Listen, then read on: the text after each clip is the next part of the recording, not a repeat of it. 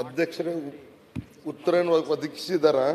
ಆದ್ರೆ ಏನಾಗ್ತಾ ಇದೆ, ಸುಮಾರು ಒಂದು 25,000 ನಮ್ಮ BSSK ಶುಗರ್ ಫ್ಯಾಕ್ಟರಿ ಏನು ಇಡೀ ಬೀದರ್ ಜಿಲ್ಲೆಯಲ್ಲಿ ಮೊಟ್ಟ ಮೊದಲಿಗೆ ಯಾವ್ದಾದ್ರು ಒಂದು ಶುಗರ್ ಫ್ಯಾಕ್ಟರಿ ಇತ್ತಪ್ಪ ಅಂದ್ರೆ ಅದು ನಮ್ಮ ಹುಮ್ನಾಬಾದ್ ತಾಲೂಕಿನ BSSK ಫ್ಯಾಕ್ಟರಿ ಇತ್ತು. ಅದ್ರ ಸುಮಾರು ಒಂದು 25,000 ಅದು ರೈತರು ಅದ್ರದ್ದು ಶೇರ್ ಹೋಲ್ಡರ್ ಇದ್ದಾರ.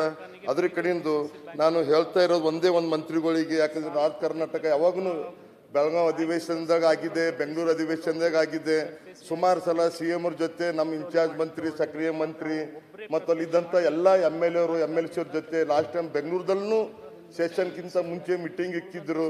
ಆ ಮೀಟಿಂಗ್ದಲ್ಲೂ ಏನೂ ಆಗಿಲ್ಲ. ಸುಮಾರು ನಾನು ಅನ್ಸುಮಟ್ಟಿಗೆ 1969ನಲ್ಲಿ ಇದು ಶುಗರ್ ಫ್ಯಾಕ್ಟ್ರಿ ಪ್ರಾರಂಭ ಆಗಿತ್ತು. ಈಗ ಒಂದು 4 ವರ್ಷ ಆಗಿದೆ ಒಂದು ಫ್ಯಾಕ್ಟ್ರಿ ಬಂದ್ ಆಗಿದೆ. ದಯಮಾಡಿ ಈಗ ಏನು NCDCಗೆ ಏನು ನೀವೇನು 5ರಿಂದ 6 ಫ್ಯಾಕ್ಟ್ರಿ ಏನು ಕೊಟ್ಟು ಕಳಿಸಿದ್ರಿ ಸೆಂಟ್ರಲ್ ಗೌರ್ಮೆಂಟ್ಗೆ, ಅದು ಏನಾಗಿದೆ ಮಾಹಿತಿ ಅದು ಬಂದಿದೆ ನನ್ನ ಹತ್ರ.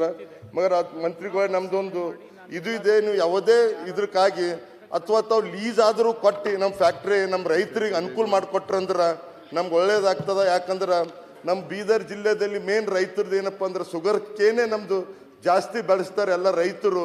ಅದಕ್ಕೆ ದಯಮಾಡಿ ಮಂತ್ರಿಗಳೇ, ನಾನು ಸುಮಾರು ಸಲ ನೀವು ಪರ್ಸ್ನಲ್ಲು ಭೇಟಿಯಾಗಿದ್ದೀನಿ ಬಂದು, ಮತ್ತು ಆಮೇಲೆ ತಮ್ಮ ಆಫೀಸ್ನಲ್ಲೂ ತಾವು ಇನ್ಚಾರ್ಜ್ ಮಂತ್ರಿಗಳು ಮತ್ತು ಎಲ್ಲರೂ ಕಲ್ತು ಮೀಟಿಂಗ್ ಮಾಡಿದ್ದು ಲಾಸ್ಟ್ ಬೆಂಗಳೂರು ಅಧಿವೇಶನದಲ್ಲೂ.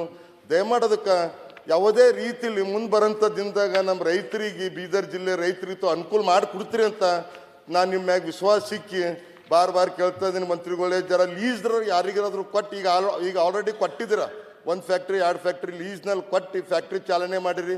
ಅದೇ ರೀತಿ ನೀವು ಇದನ್ನು ಫ್ಯಾಕ್ಟ್ರಿ ಚಾಲನೆ ಮಾಡಬೇಕಂತ ಹೇಳಿ ನಿಮ್ಮ ಹತ್ರ ಮನವಿ ಮಾಡ್ತೀನಿ ಮಂತ್ರಿಗಳೇ. ಸಚಿವರು. ಸನ್ಮಾನ್ಯ ಸಭಾಪತಿಗಳೇ,